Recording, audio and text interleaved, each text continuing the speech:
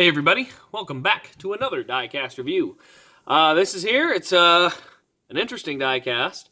Chase Elliott's 2019 Aftershocks Xfinity Camaro. I didn't think I would like this car. I actually figured I would probably review it and sell it immediately just because, my deal with the Xfinity car. And this car is different, so we'll get into that. I'll show you the things that I changed my mind on and go from there, but... we got the Junior Motorsports box. We've got a render of the car here, standard finish. Go over to this side. It'll show the production number of 1,108. And then, pretty much just normal box detail the rest of the way around. So that'll be the Junior Motorsports box of the year. The car came on a base. Nothing else really about that. That's all that crazy. Actually, right in the middle. If you're wondering when this is being recorded, it's during the Dirt Derby, just between the qualifier races and the last chance. So, but let's take a look at this car. So down the left side, we've got flat black with some gloss white. We got a few little marks over here. We got the number 8, which is new to Junior Motorsports this year. We've got Chase Elliott up there on the name rail. We've got some other sponsors, Axalta. There's our Aftershocks, NASCAR Heat, Brandt. Let's see, what do we got up here? A couple, I think that's JD Gibbs, and there's another one up there. Onto the front, you see we got kind of this weird little squiggle thing going on the front end. And then we got the Camaro nose dropping down down here. The Camaro nose is taller this year, and this is a new mold. So I'll get into the details there, and I'll show that after we do the paint scheme here. So we got more squiggle things on the top. We got Xfinity on the windshield banner. DIN 933. On the right side, we got Aftershocks number 8. We've got the black and white there again, Xfinity series. On the back, we got Aftershocks and the Camaro nose, or the Camaro bumper. And then there's our front end. So what I was trying to say is the Camaro bumper has changed. As you can see, I'm going to pull it down here, but it is right on the ground now. It's a lot lower. It sits nicely for once. I mean, you look at this car. We don't have a big gap here. We don't have a big gap here. And then, as I said, the front bumper sits down on the ground. So suddenly, these cars, which I hated for the longest time, actually sit on the ground. So that's nice. I'm liking what I'm seeing out of there. Now, let's go into this. This is something that I think is really interesting. That is different, if you didn't know, if it weren't sure about that. This is completely different on the inside. So as you can see here, we do have a couple of, let's see, I gotta get a lamp in there.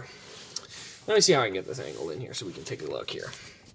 So there in the back, you can see we've got detachable hood. We've got individual hinges for the hood. Now that's new for this year. That wasn't always like that. And the hood goes all the way to the front of the windshield here. You can see it just, let's see, this is probably the way to look at it right there. Basically, nothing but the windshield. So if you look at it from this view, too, you can literally go straight to and see the windshield. Now, I'm going to pull up Chase Briscoe's win from last year. It's not a Chevy, but this is what the old model was. As you can see, the hood is one solid piece. You know, this is all one solid metal piece. There are no individual hinges. You can see the motor is kind of tucked in there a little bit because you got this piece here coming across in between the windshield and the hood.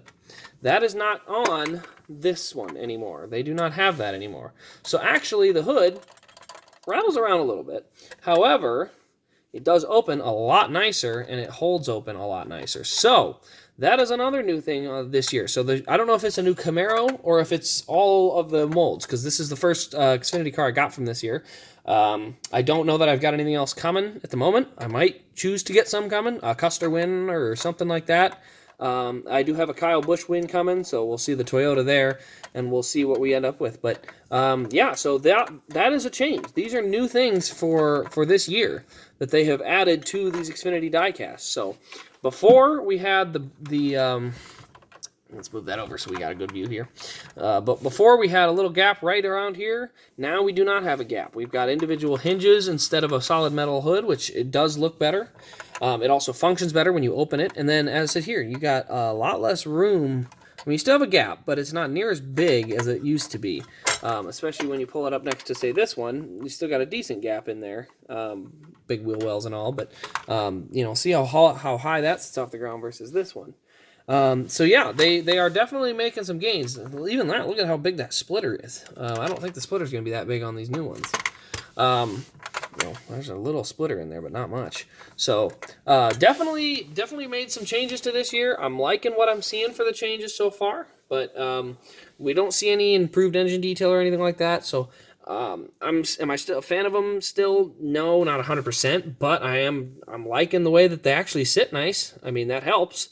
So, right now I have just a few on order. I may get a Custer one coming in. If I'll have to go back and look at the pictures if it's going to look fairly raced up, but I may have to wait on some of those until I get the Diecast shop opened up and get that stuff rolling, because then I'll be able to review a lot more of them, and I really enjoy getting to review them. I don't even have to keep them all. I just like getting to get my hands on one of them, get a good look at it, get it up close and detailed, and do that. So that will be something that we'll see how it goes, how this all rolls throughout the fall as I get a website built and work on some of this stuff. But let me know in the comments what your thoughts are on these new Xfinity diecast and the different details that they have changed.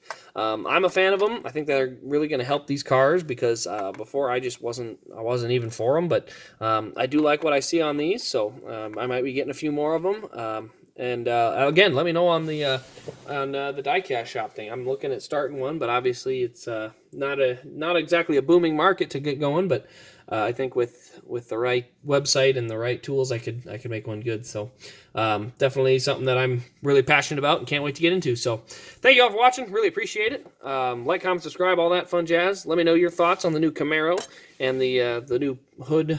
Opening hinges instead of having the other separate ones. So I think that'll be a nice addition. But that's all I got. This has been Race Craze, and we will see you all in the next Diecast review.